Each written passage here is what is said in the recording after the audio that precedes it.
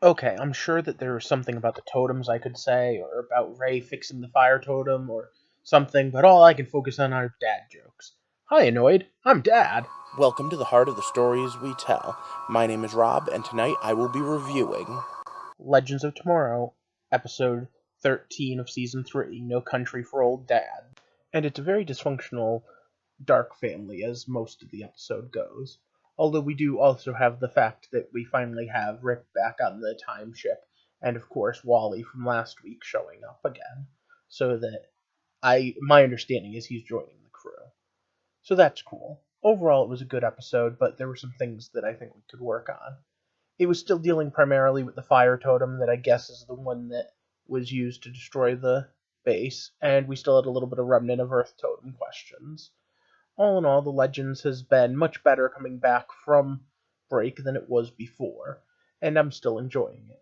But just so you know, what do I do here? I take apart stories, I put them back together, I figure out how and why we tell them, and then I come up with theory videos every Sunday on how we tell stories and why we tell stories, and then I do reviews as stories come up.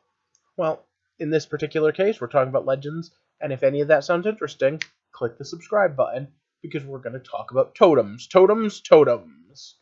Alright, so there are 5 totems, although there's a 6th one that we don't know about. Fire, Spirit, Water, Earth, Air. Air is Isis, Spirit is Vixen, and Fire and Water are in the bad guy's hands. Well, technically Vixen's is in the bad guy's hands too. Oh yeah, and we still have the nice, funny chemistry of awkward first dates. All right, let's throw this up there and get started. So, once again, it's stop. Spoiler time. Ba-da-na-na. So Ray is being held by the bad guys, and they're torturing him. But he's such a good guy that even after they torture him, he's still willing to help them. It's kind of weird and Stockholm syndrome like. Although I really feel bad for Ray because somehow his team of fellow superheroes didn't even notice he was gone until the "Don't look for me, Damien Dark will kill me" thing came up. And seriously, they were really looking at Grateful Dead concerts? Ugh. Alright, so Vixen comes up with this idea that I really like. Meditate, find her totem.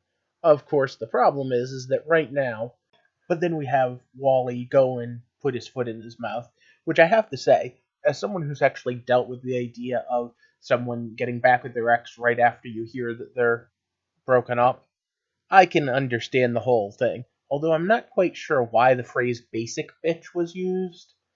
It's one of those, I don't know, maybe I'm too old to get it terms. Alright, anyway.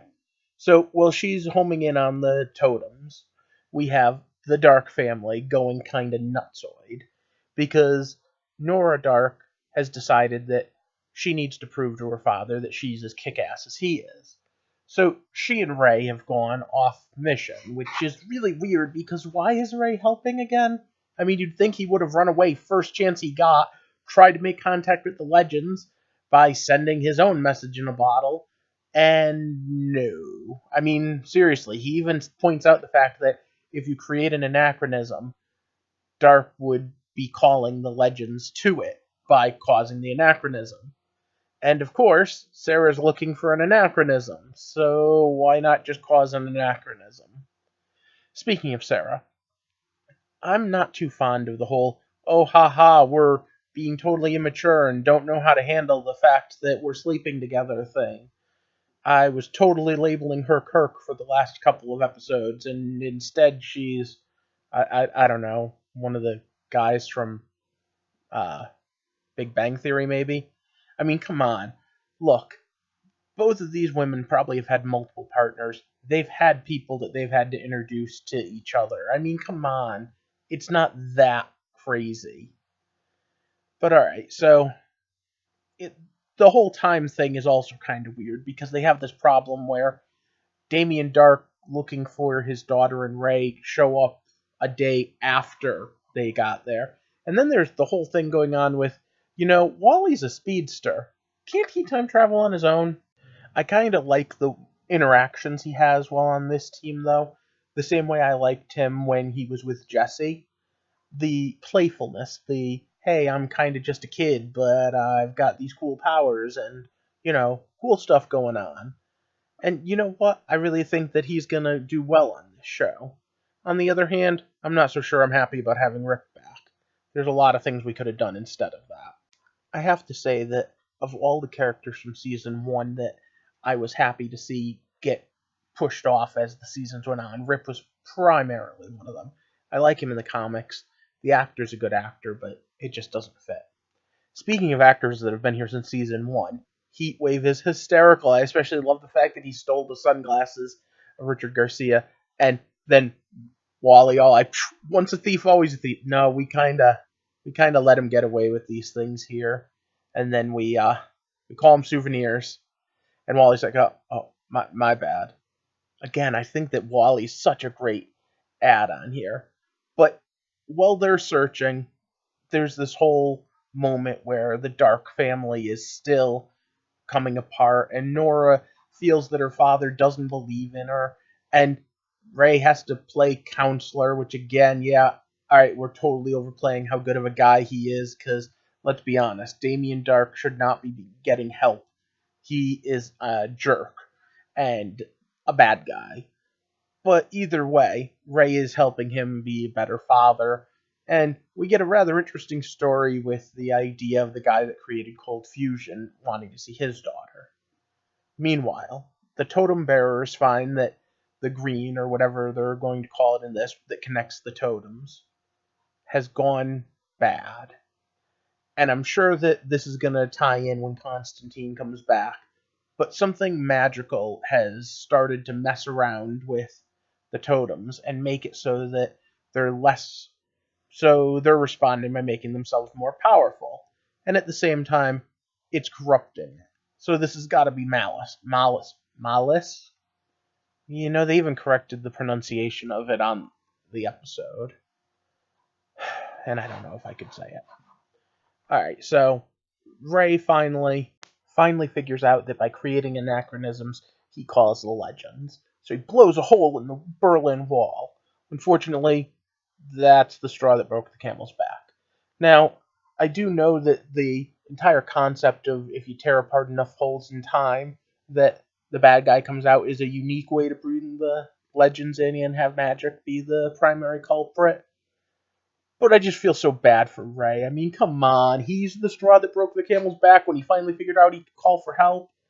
Meanwhile, the entire time agency couldn't figure out that there were anachronisms up the butt because someone that was supposed to be dead wasn't dead. And I don't even want to talk about the idea of someone that's got cold fusion. I mean, that would just throw history completely out of left field. But either way, Wally got to use his speed and got to be the fastest man on Earth for a minute. So, I'm happy with that. And almost in spite of himself, Damien Dark is actually a pretty fun character to follow around for a bit. The only person I hate more than speedsters is that guy over there. Himself. But before we wrap up the Dark family connection, Grodd comes out of nowhere and kills the director, which makes Sarah's new girlfriend the director, which has got to be like the weirdest. It just happened to be perfect for Rip Hunter, and totally Rip Hunter wasn't behind it. And then, of course, we have the whole Sarah can never learn the truth about her.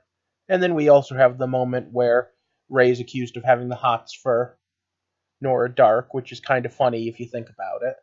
And then on top of that, we end off with the fact that Mal is starting to possess even more so the Darks. So, gonna piss Damien off when he realizes his little girl is in trouble. But with only a couple episodes to go, I'm curious to see where they go with this. I'm sure we're going to end up with all of the totems being controlled by good guys and Ari being turned back to the good guys. But what do you think? And what did you think of tonight's episode? Was it too slapsticky for you? There were moments that I thought that the laughs weren't as deserved as they were, but all in all, I'm still enjoying it. I'd love to hear your comments. And of course, if you could give me a thumbs up, share this video, like it, and then subscribe to help me build this community a little higher, I'd appreciate it. What I'm trying to do here is build up a whole community where we can talk about these things. And as this goes, I would love to hear your thoughts. For now, I hope you have a good day, and thank you for walking with me through the heart of the stories we tell.